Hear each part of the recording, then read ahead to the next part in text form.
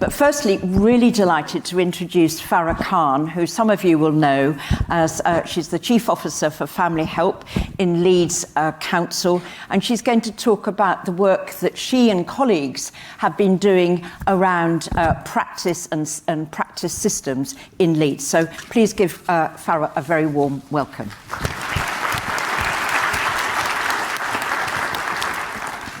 Thank you, everyone. And what I can promise is you will see a red card at some point at the end of my presentation, so please shout out if I don't see it. So thank you for that introduction, Annie. Like Annie said, I'm the Chief Officer for Family Help in Leeds, and you can tell from my accent that I'm a northerner, and I think it's really important that we have voices across the country in these forums, in these arenas. But I guess, shout out for the north. And Isabel will know through the PSW network work that I always shout out for the North. And I think that it's also important that we recognise diversity within the room. And what I want to start off with is that we're all on a learning journey with language. And so I want to apologise if I use language that or words that resonate something negative for people. We're on a journey of learning, but I don't want us to get stuck on words and language. What I want us to do is come to this space with room in our learning bag to take something away. And I hope that from sharing our journey in Leeds that you'll be able to take something away. I'm incredibly out of my comfort zone stood here. I see myself as a social worker. When people describe me as a leader, I kind of think, who were they talking about? I guess I still think of social work as in it's not rocket science, it's simply social work, and it's back to that message of, I think we overcomplicate things sometimes, in particular in our services, but also as a partnership, layer upon layer of complexity, and I think we've got to strip back to why we do what we do in incredibly challenging times. And so I stand before you as an Asian woman, as a Pakistani woman. And I'm going to take you guys all out of your comfort zone a little bit, because in Leeds we do something about connections and check-ins. And what I want is a few shout-outs by the first thing that comes into your head when I said I stand before you as a Pakistani woman. Cricket, yep. Sorry, what was that? Political upheaval, yeah. Anything else? Absolutely. Anything else? Great to have diversity on the stage. Great to have diversity on the stage. Anything else? Muslim, yeah. Culture, we're human, absolutely. And I think that, for me, we've got to be aware of the first impressions and the first assumptions we make when we hear that. So I'm a Pakistani woman, but I don't speak Urdu. I'm a Pathan woman. And so my mother tongue is Pashto. And I remember throughout my social work career, colleagues asking me to translate into Urdu, and I thought, I can try that, but I won't be very successful at it. And so we all make assumptions based on our first impressions. And I guess as practice leaders from across the partnership, what you've got to be aware of is the assumptions you make, and then how those assumptions thread down through the culture of your organisations. And it's okay, we do have, we make assumptions, we have biases, some of those are positive, some of those are negative, but it's important that we recognise those, but we build a system that allows us to look beyond our initial assumptions and look into what's actually going on and the layers of an individual's culture and identity. So I'm also Northern, as people know, I'm proud of that. I am through and through Leeds. I'm wearing my orange scarf, which is child-friendly Leeds. And I do that because firstly, because it feels nice, and when I'm nervous, it's nice to touch. But secondly, it reminds me that children are children. And culture and identity, it's really important to all of us in this room, but it's important for the children and families we work with. And we talk about it often in relation to identifying positivity, strengths around families. We're less inclined to talk about it when we think about safeguarding and risk. And there isn't any clear line between the two. I think it's really important that we understand that risk happens and children get hurt and children die because we miss opportunities to really understand what's going on for them and the layers of their culture and identity. And I don't mean that we can stop that from happening, but what we can do is make better plans if we understand the whole child and if we understand the layers of their culture. So somebody said cricket. I hate cricket. I really do. My father had dementia before he passed away, and we used to play a certain cricket match from the 70s to him again and again on loop, and he used to get as excited when he watched it. But that's made me not stand cricket, and I know nothing about cricket. I don't like football either, but I do support Liverpool. So, which doesn't go down well in Leeds. And I think that's the part of, you know, somebody seeing me. I have an identity, and I have my constructs of culture that are more than just what you initially see. But those layers change. For my children, they look different. For my grandchildren, they look different. So I want to tell you about the work we've done in Leeds, but I think when we talk about partnership working, what's missing from the discussions and what I want people to be aware of is our third sector and community groups who are in touch with and on the ground and doing the work and understand communities. And it's important that we allow and we recognise and we hear those voices. And on an individual level, if you do work around listening and hearing people, you will have heard of the idea of kind of listening to listen, to hear, and not to respond or not to defend. But I think we need to think about that in an organisational context more. How we listen to each other, how we listen to our third sector, how we listen to each other as partners, and how we listen to actually hear what people are saying rather than listening to defend. And so I believe that there's more partners around the table than our statutory partners that we need to be mindful of. So my role, I feel really privileged to be called a Chief Officer for Family Help, because this new concept of family help, which for me is really good old-fashioned public sector work and social care in particular. And I think that what it's doing is allowing us to just kind of simplify and strip away the layers of what families need. But I'm the Chief Officer for Family Help, and within that role I've had the privilege of meeting our third sector organisations across Leeds and also speaking to colleagues who on the ground engage with families. And what families keep on telling us and children keep on telling us in Leeds and across the country is that at times people don't feel understood. They don't feel heard. Children in particular feel, if Janine was here, she would, Janine's done a lot of work on adultification. So within the realms of, in particular, child exploitation, we lose focus on the child. I struggle with the term young people. I can understand why young people might prefer that, but I think as agencies, sometimes it helps us desensitise from the child within. So I like to say children when I'm talking to social workers, because I think it's important that we still remember that children are children.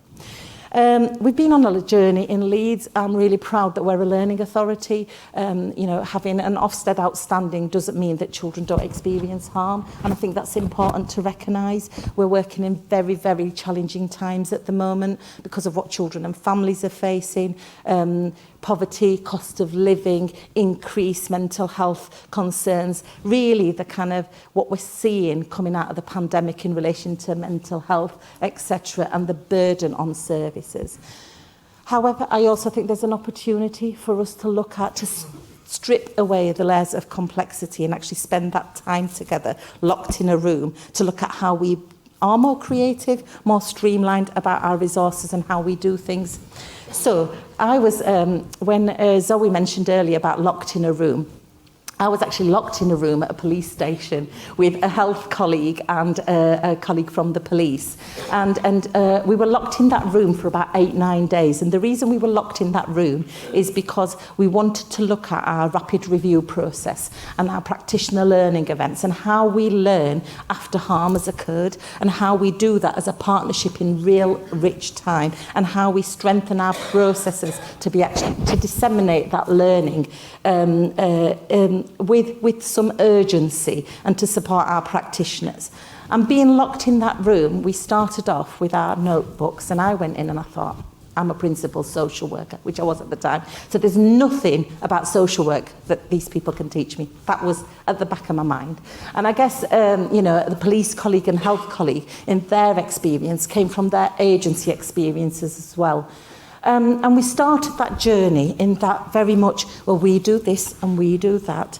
But over time, through relationships and actually getting to the bottom of those things that we'd put in that box, we were able to go on a journey and identify actually, some of the challenges in relation to recruitment, retention, which we all experienced, and the constant staff turnover, which makes it hard to think about, keeping that culture going and practice, but also what were our practitioners telling us that they needed from learning events, from learning opportunities.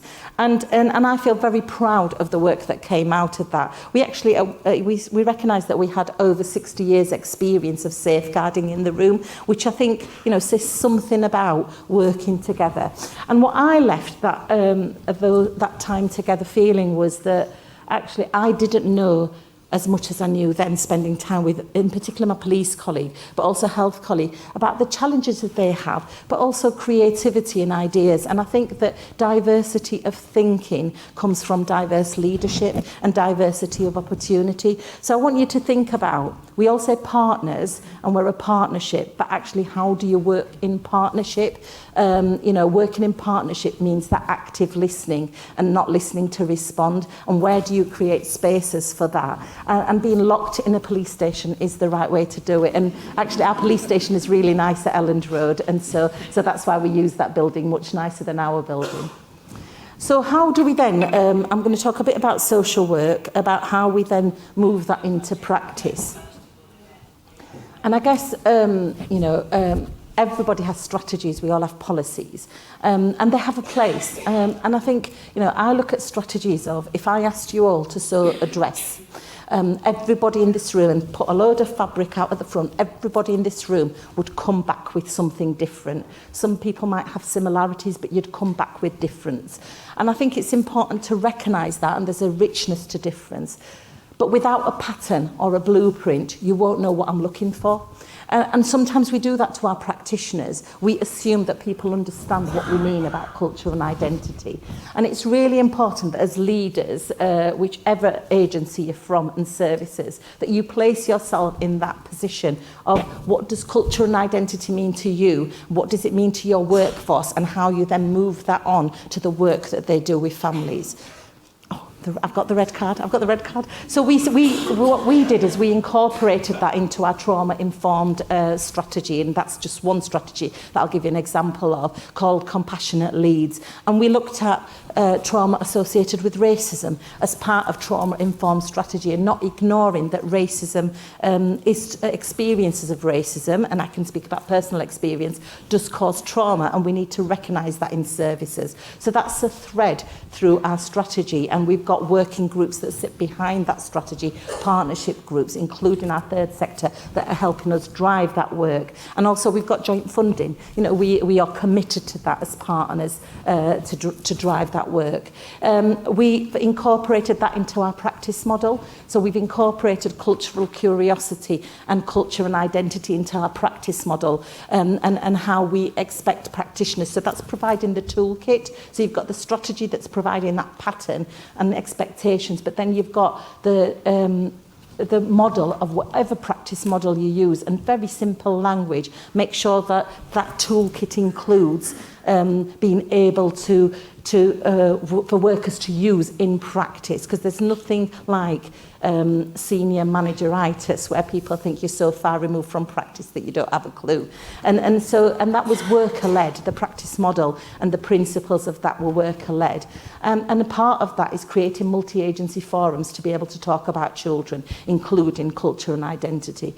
And then the final thing we did is incorporated that into our supervision framework. So allowing people to have a clear framework that relies on supervision as the vehicle to drive the plan, but also enables workers to think about someone's culture and identity. What I've got to say is you can't do that unless you think about your own culture and identity.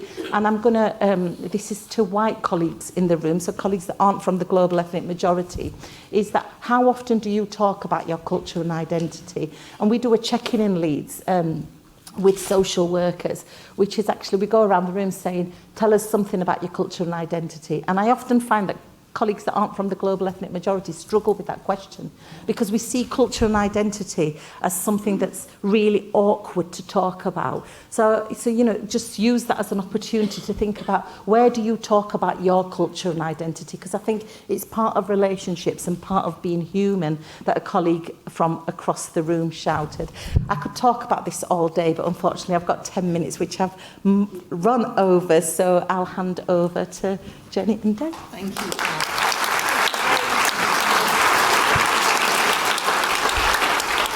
Thanks, Farrah. That was great. And there will be an opportunity, I'm sure, for you to hear more from Farrah in a bit. But I'm now going to hand over to Jenny. Yes, that's right. And Farrah, I could listen to you all day. So Dale and I are just going to give you just really some thoughts to start our discussion today, partly from panel experience, but also thinking about the work that we're hoping to do over the next year. And this session will inform that. So we know, all of us, and Farrah set us that challenge and showed what's happening in Leeds about developing practice frameworks to ensure that focus on intersectionality and demonstrating better understanding of the ways culture, gender, ethnicity and diversity interface, particularly with other social factors. And I think this will be a theme throughout the day about the current challenges that families are facing at the moment in terms of poverty and indeed environment. And we are seeing that in what can be seen as the very sharp end of practice that the panel sees, but actually is so fundamental to what's happening in everybody's work every day.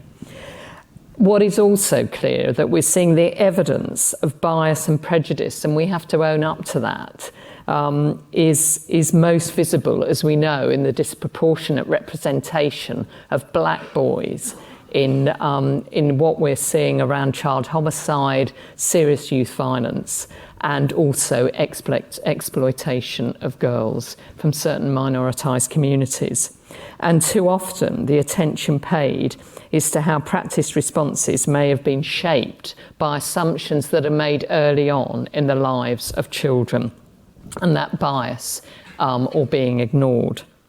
So it's essential that we all work together openly and transparently, and there will be many examples in the room which we hope will come out in our discussion alongside those of Leeds and the partners' work there, so that the way that we see, and I say that in inverted commas, children and families, and respond to how they're safeguarding and how we work together is so fundamental. So just very quickly to pick up some of the themes from our annual report, which I'm sure you've read avidly and we'll bring up as evidence when we have our discussion. We were really keen that the challenge in giving central importance to racial, ethnic and cultural identity and the importance of lived experience of children every day in those areas was centre. And in fact, what we'd say is underpins all the sessions that we have today, and certainly, hopefully, you will definitely pick up in the workshops that we have this afternoon. What we're seeing is an increasing number of older children where particularly the boys and girls around exploitation and the series of complex issues which have gone on for an awful long time are now being reported through the Serious Incident Rapid Review and LCSPR process, but also of very young children as well. And there are LSCPRs that really highlight implications for practice, how children become marginalised and made responsible for their actions, and we can all see that. Certainly I used to be Director of Children's Services, and it really has made me rethink over the years my practice and my discussions with colleagues in the workforce. And another very clear theme is how those children and families were not able to access effective early help, universal and universal plus help from a very young age. And what that meant was that they accelerated into the child protection system. I can see people nodding, the youth justice system and the care system. So, just really to conclude, the themes that we've seen and the themes picked up in our annual report work are very variable focus given to exploring racial, ethnic and cultural backgrounds alongside other characteristics, that intersectionality.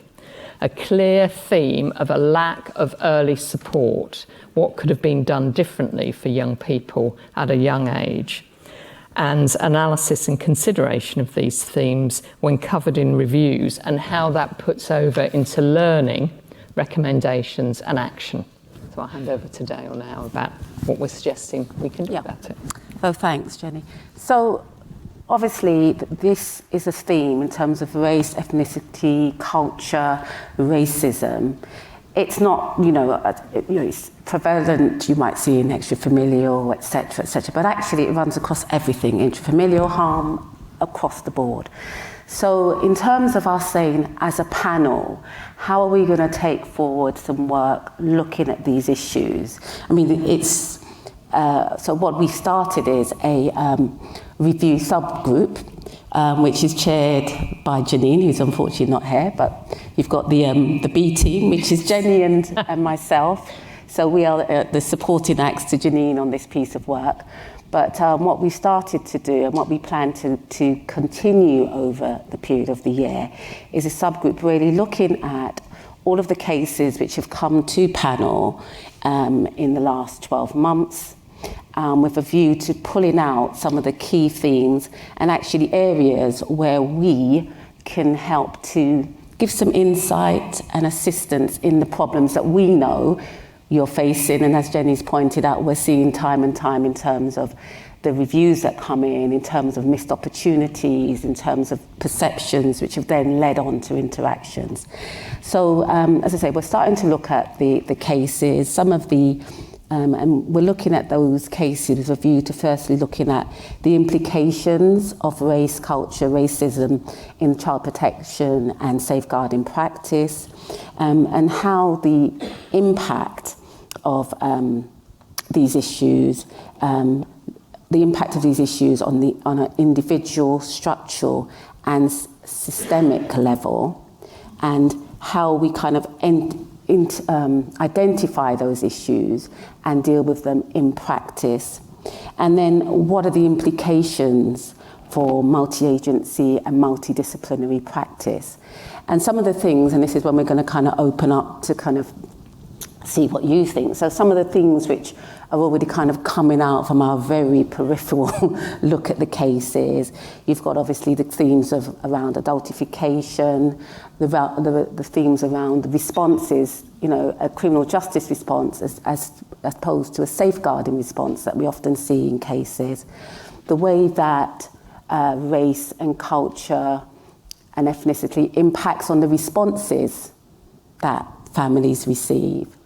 The way that language used by practitioners then informs the responses. So people being described as aggressive or anti-establishment or not wishing to engage without understanding the context. So, we stopped engaging with them because they were anti-police or they were anti-social workers, so we stopped engaging. But if you took a step back and looked at the context of that person's lived experience, you might then be able to engage in a manner which actually yields some responses. So it's a huge area, huge undertaking, and we are in that sort of formulation of where we take the thinking, where we take the themes, and I don't think it's going to end up with sort of one review, which is the sort of thing we normally get, but we will be looking at the themes, pulling those out and coming out from time to time and getting you involved in that process as well. And I've had my red card, so Jenny didn't get one. It's not a competition, but anyway. So at this point, we're just going to kind of give you a few moments to reflect, maybe just talking to the person next to you, a few people next to you, about the kind of issues which you're tackling or you see as kind of concerns. And then we're going to open up for the usual sort of Q&A or anyone sharing some of the issues and any comments on the sort of things that we're already seeing as well. So we'll give you literally 2 minutes to talk to the person next to you if you've not done that already. That's great. No, I know.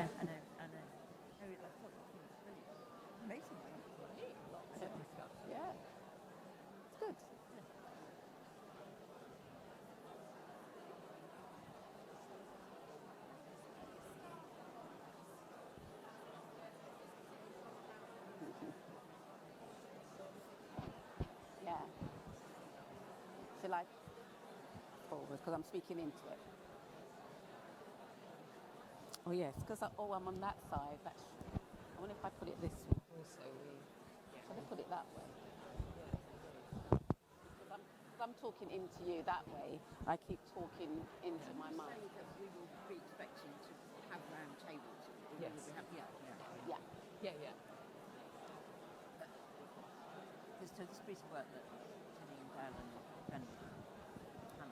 So what we want to do. So we give them corral until 11 work till 1:30 on that clock because I think we finish at 1:45. We do. People's That insight. clock's a bit slow, isn't it? Oh right. Oh, it's 1:30 on my one. So I've got a question for you. okay. Yeah. If we get Should I do it now? We'll be there. when you were saying about curiosity, you were saying Got a little time for us to Yeah. So give them 2 more minutes. Well, that's good. Everyone's talking. It's really good. And it's broken it up a bit. Presentation.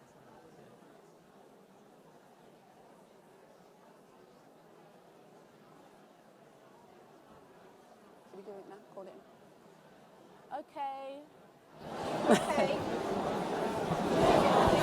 I know that you could probably.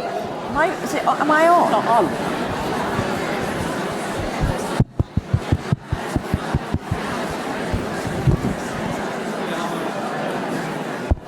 Okay, can you Mine's on. hear me? Happy. Might have to stand up, Annie.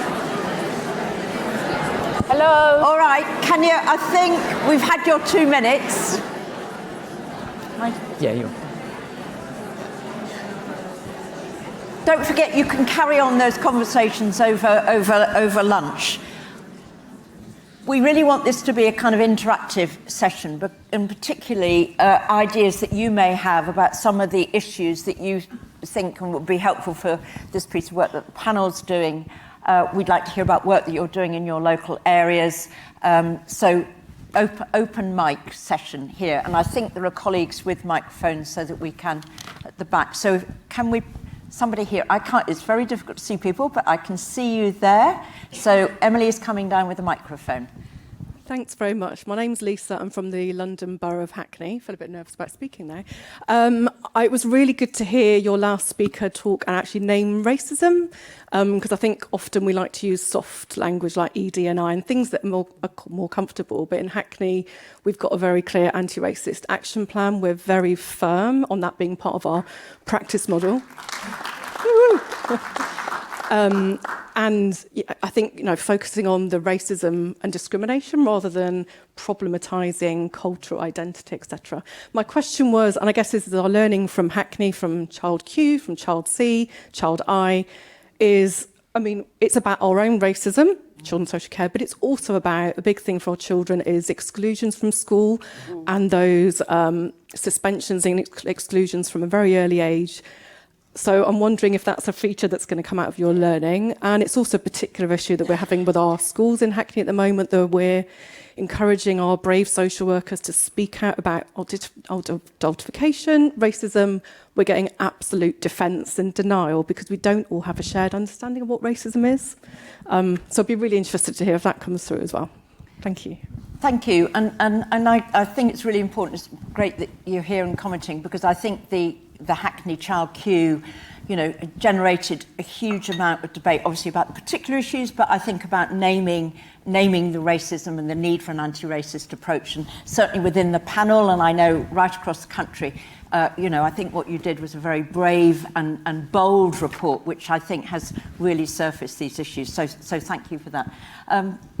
Farrah, Jenny, Dale, do you want to comment on any? Yeah, I'm happy to start. Absolutely. And what we're seeing, you know, right from rapid reviews through to full reviews is that whole thing around children being excluded from an early age and not seeing the level of wraparound support across whole communities. And when I was saying, you know, that strong theme about what could have been done, what could have been offered at an early stage, that is a very, very clear theme for both boys and girls. And that's at the sharp end, you know, that's a small minority of cases. And the other really important thing is that for safeguarding partnerships, you know, here's a great opportunity to work together to, you know, and schools are an important part. I say schools rather than education. Schools and colleges are an important part of safeguarding partners. And, you know, they can receive support to address some of those issues. So, and of course, we have Susan on our panel, who is a chief executive of MAT and continually holding us up, because schools should be safe places where children thrive, you know, and partners should support that. So that's a bit of a rant from me, but I'm sure that Dale and Farrah will come in. I think naming racism is really important, and that's why when I was talking about the trauma strategy earlier, it was important that racism was recognised in there, and the trauma associated. I think from a practice point of view, in particular with social workers, is that when people are talking about children, that they're recognised in a multi-agency, in a partnership forum, the impact of discrimination and racism. And just a practical example of that is that we are heavily focused on using the language that service as a service, we're not engaging people. So it's not that they're not engaging us, why are we not engaging? And I think even that focus on changing language when we're talking in a forum where we're talking about plans is really important. So on a practice point of view, our practice forums, which we call formulation forums, are allowing for that discussion of why we're not engaging, what are the factors that are within that. Because there's individual racism or biases, they're two separate things, but also there's organisational racism that we can't get away from. So I think it's important that we're using language that allows for exploration of that, and often because social workers are lead practitioners on the plan, by recognising that earlier, we can have those discussions, the things that we don't want to put in the box, because often racism and discrimination is something that stays in the box for far too long until something tragic happens. Thank you. Let's have some more questions. So let's take two or three. So a couple of colleagues up there, and then just in the front. Yeah, so I've just got a couple of comments. Could I ask people to introduce themselves? Sorry, Emma Bradshaw. I'm from Sutton, LSCP. I'm actually from education. So I'd be quite intrigued to know how many others are here from an education background. Yeah. So I think for me, coming back to the rant earlier, we have got to really push into getting education back there as a statutory partner on every safeguarding partnership.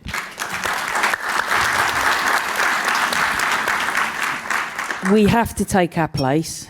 We have to be challenged.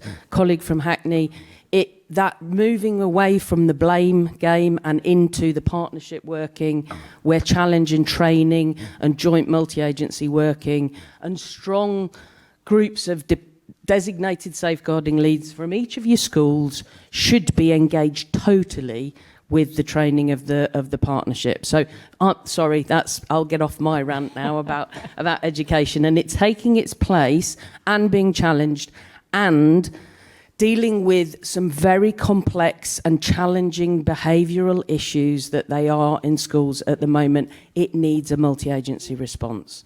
Yeah. So I'm part of a multi-academy trust, and we are home for pupil referral units. So all your hearts will now sink, because obviously that's the places lots of these young people go. But we have to deal with these together, and we're doing a lot of downstream work with all of our schools, but we're doing it in multi-agency context. And we have to be able to sit round a table and challenge each other, but equally, when schools are dealing with very challenging behaviour, we have to sit together and work out what we're going to do to put in place. So we don't need an exclusion. We've got alternative ways of supporting and managing those young people. Coming back to that, 90% of the young people I work with, yes, they've got complex identities, I would say, but 90% of them also have experienced domestic abuse.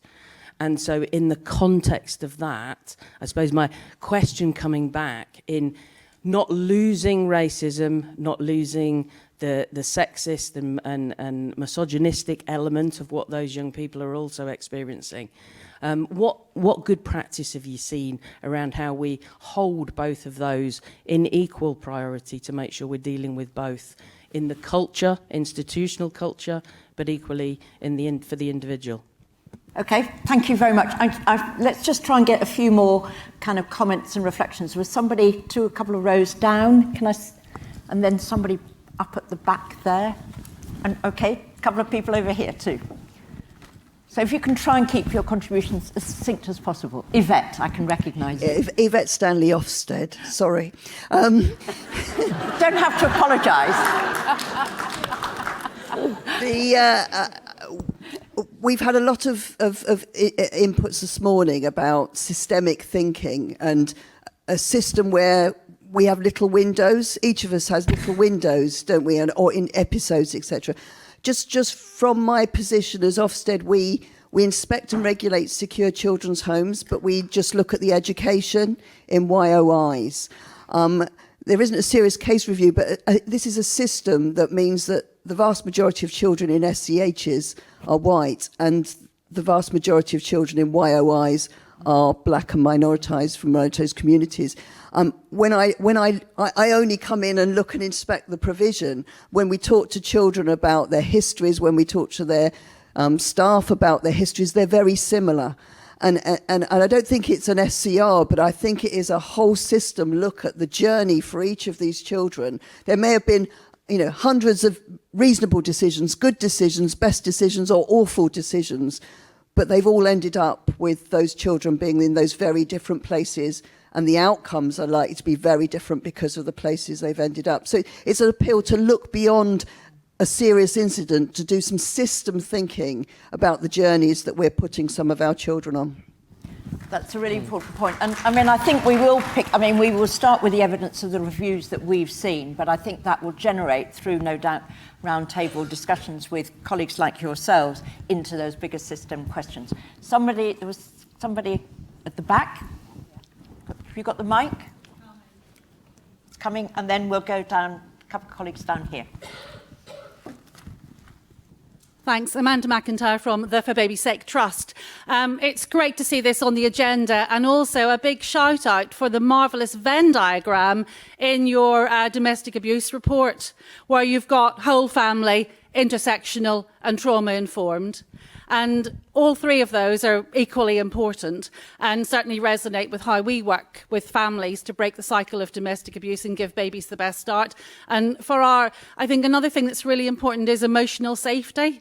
And you talked about it implicitly throughout your work and throughout your talk. And we've just been involved in a programme called Safer Beginnings, looking at how to reduce ethnic disparities in birth outcomes and maternal outcomes, and particularly to reduce harm from domestic abuse during that perinatal period. And one thing that came out really strongly was the concept of emotional safety as the anchor for that work. Emotional safety for professionals as well as for parents themselves. So to think about what is it that's going to make us feel safe, and then to build our work from there. Thank you, really helpful. And can the microphones come down here, Emily? Thanks. I think two people, if I can see you correctly. Okay, great. Hi, my name is Rebecca Palmer. I'm from the Mayor's Office at the Greater London Authority. And one of the things I feel very strongly about, is not just because it's my job, but I have a passion for it, is giving children and young people a voice. in all of the issues we're going to be talking about today, but especially the topic we're on at the moment. And what I mean is not just the occasional conversation or the one-off event or maybe even the monthly, but actually seeing children and young people as partners, as stakeholders in all of this. Because actually I think if we stop thinking that we can't learn from children and young people, then we're not going to learn anything. And I think hearing their authentic voices and getting their opinions and views on the service that they experience, on their life outside that service, and then really, really using that feedback from them to shape how we respond to the needs of the young people in society, I think has got to be a real, and I want to ask the panel how strongly they feel about this issue, because I think we're still missing a trick across the board on this, because we could all talk until the end of days about what we should all do for children and young people, and actually we can sit down and listen to what they have to say and inform our practice fundamentally. Thank you. Does anybody want to kind of quickly pick up on that one? I'll try and pick up on a few of the points. So yes, absolutely. In terms of the voice of the child and hearing how services are experienced by different groups of young people is absolutely essential, because there were so many assumptions about what works, what this child needs, without any context for it, you know. There was that interesting piece of work that Janine did in Lambeth, where, you know, you had a list of child's needs and a list of responses, and there was absolutely no correlation between what that child needed and the package that was put together to address their needs. So, of course, listening to children's voices, at the point about education, yes, education is key and supporting children. Education and school should be a place of safety. However, it is not for a lot of children from black and minoritized communities. And that is because there's often a lack of trust, and there's that kind of emotional build-up. What is happening? If a child is going in and displaying certain behaviours, rather than seeing that as, oh, this is an aggressive child, it might be a call for help, but actually no one is responding to that because no one understands it, because that behaviour has been boxed into, this is aggressive, this is whatever, but it's actually a cry for help.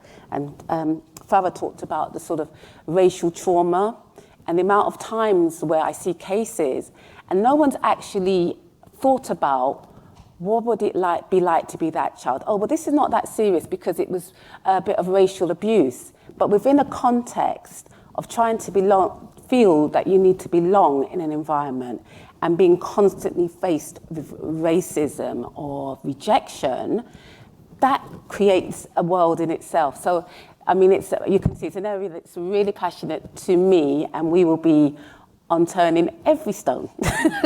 We will.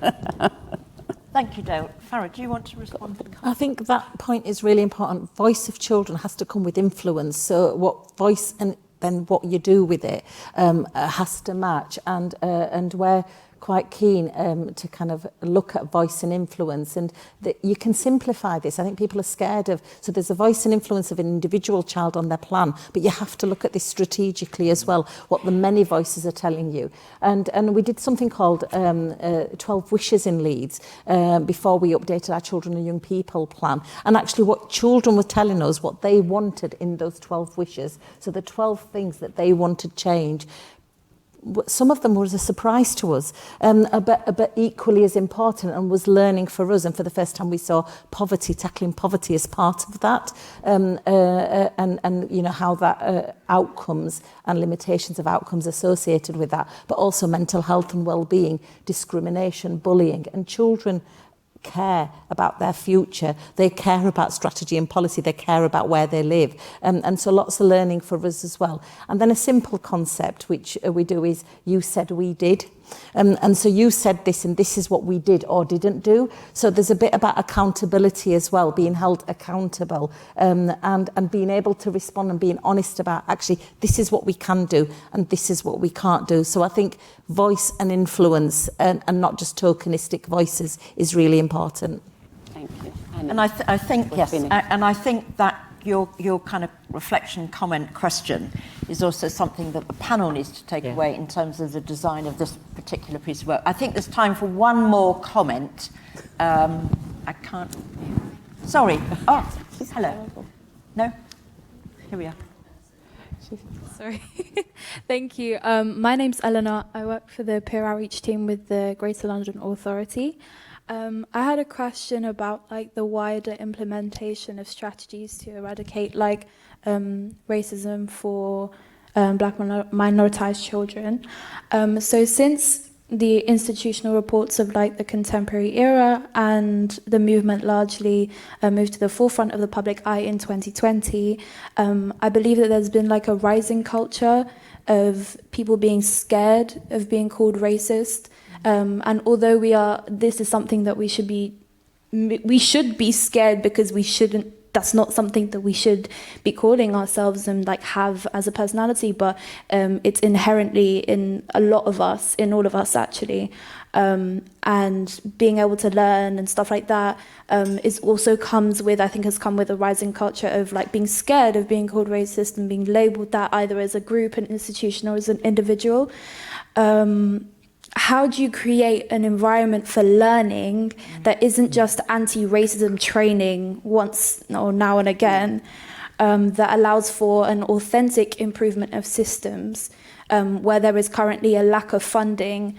And I guess you'd want to get young people with lived experience to come and talk about their experiences, but then you're also asking those young people to come in and share their experiences for free. Why aren't we paying our young people? Why aren't we allowing them to have that voice, but also to be reciprocated, to have that sort of access without losing out? Essentially, how do we really implement that call for change when there is a lack of funding in the system? Yeah. Thank you very much. Some powerful kind of questions there about the kind of the conditions and culture for us being able to talk about these issues, but also about the kind of resourcing of making the change happen. I don't know whether anybody wants to pick up on that, just as final reflections. Yeah. Well, I think that's at the heart of it, isn't it? I mean, the heart of the piece of work we're trying to do is to look at these issues, look differently, because you can keep trying. I mean, you know, this is not rocket science. People have been trying to address these issues in various ways with various levels of understanding. But this is I see it as an opportunity to have a fresh look, fresh approach, involving young people, involving stakeholder groups, those who are working in this field, and the panel, looking at the evidence that we're receiving through cases, and to come up with something which is really valuable and useful and eventually helps to improve the safeguarding outcomes for these groups of young people. And I think we've definitely all got the red card now, Annie. Yes. And I'll hand over to you to take us from there. And thanks everybody for their kind of comments and questions and reflections. These issues will be picked up and addressed, I'm sure, in the sub-plenaries this afternoon and possibly in the plenary at the end of the day. So thank you for that. And I think we're all now going to leave the stage, exit left and right, and some other colleagues are going to come on.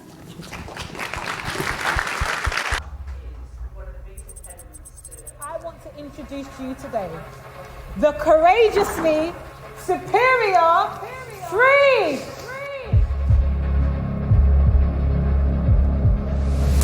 I get it.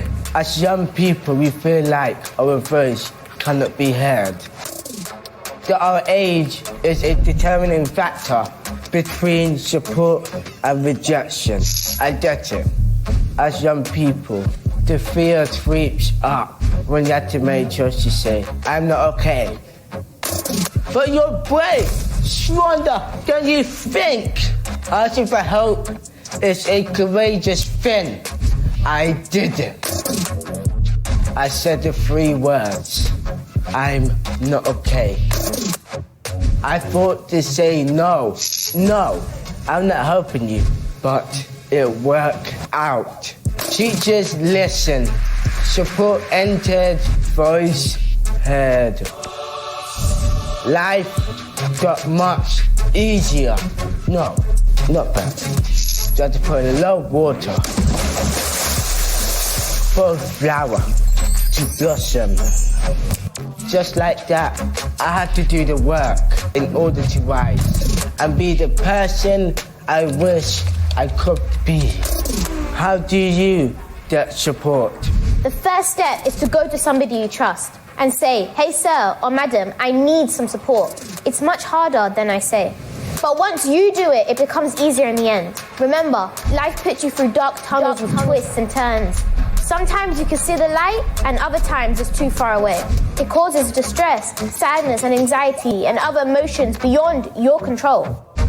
And that, my friend, is okay. Life's a lot tougher to manage, but there's some sort of hope in those dark emotions you're tangled up in. Support is there when you're ready to receive it. Nothing's too small of an issue, and nothing's too big. Talk to somebody you trust, and you, my friend, will be in a better place. And there's no time limit how long it takes. It's taking me 5 years, and I'm still not completely there yet. But at the same time, I'm no longer a broken child, but in my healing process. And it's there for you too. They're here to help. They want to help. You are not weak for asking for support. You're just human.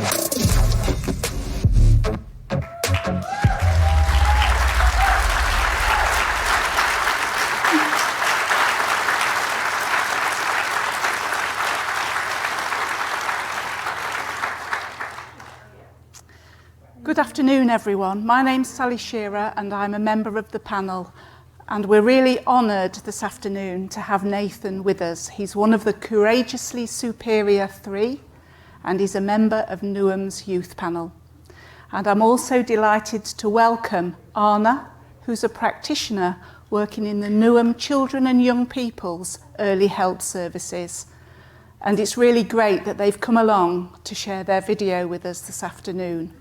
So I'm going to ask them a few questions that I'm sure, like me, you all dying to hear about. So my first question is for you, Anna. Why was this film made? So this film actually came out during lockdown and the pandemic, but this was something that was pre-planned actually before then. The idea was, how do we reach out to young people in inclusive and accessible ways? I'm so sorry, I'm really nervous.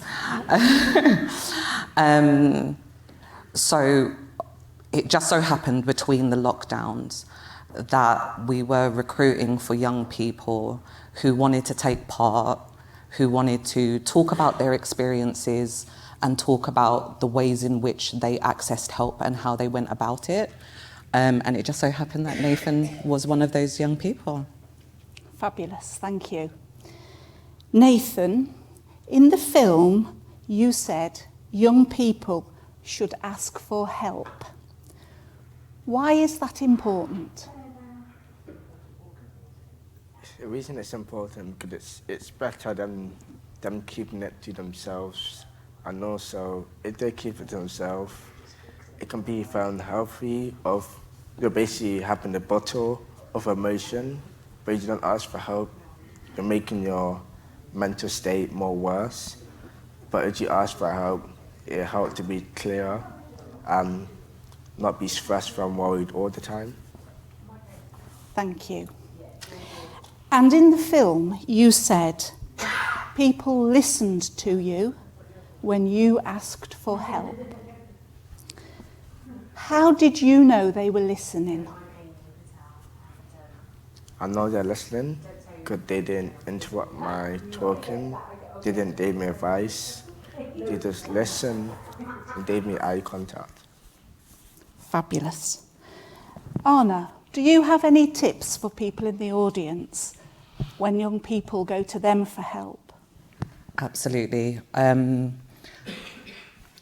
I think, like what Nathan said, it's so easy for us to immediately want to wade in there and put our impressions and our assumptions onto things.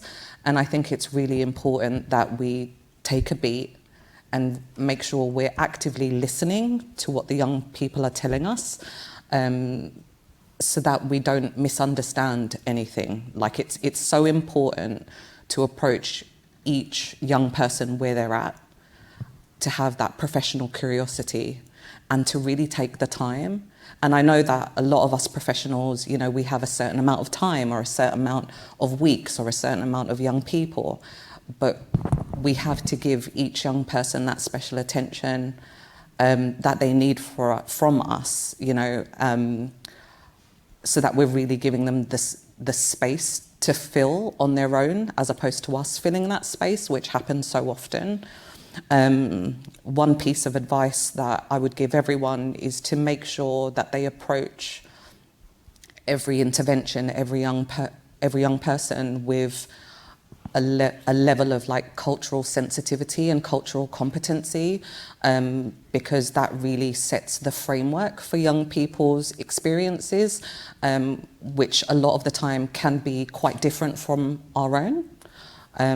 So yeah, that's what I Thank recommend. you. Nathan, in the film, you said you had to put some work in too. What sort of work do you do at Youth Panel?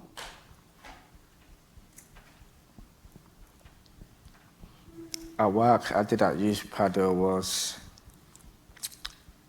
engaging the group, different ideas, different things that might help young people, advices, and most importantly, just make them feel welcome, especially to young people, because most young people these days, to my age, that I know personally, when they try to ask for help or in their situation, they don't feel welcome and appreciate it, and it's very important. Great. Sorry, Sally. Nathan, do you want to tell Sally about some of the projects that we did at Youth Panel? So like the podcast and things like that. Yes, we did the podcast to show people our feedback, and also to show them it's okay for us to help. And when we met last week, you also talked about friends and buddies and having people to text and talk to. Yes, especially speak to someone you trust. Fabulous. And then finally, last week when we met, you said this was your pathway, your journey. It is. And you told me, I did it and look at me now. Yeah. Because in life you have your own paths, your own journeys. Everyone journeys differently. For me, doing that filming video led me to here, and I made it. There took some rough times and happy times, but I did it. Like I'm on stage, telling you feedback.